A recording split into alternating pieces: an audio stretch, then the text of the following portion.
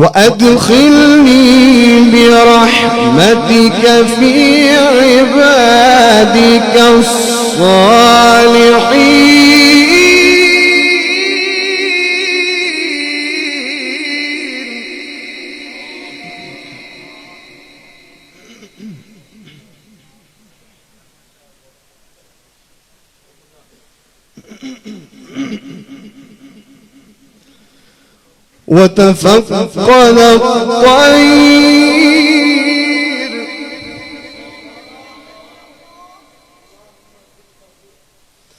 وتفقد الطير فقال ما لي لا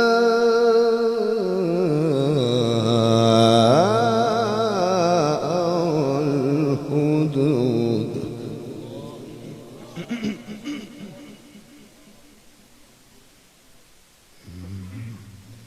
أم كان من الغائبين.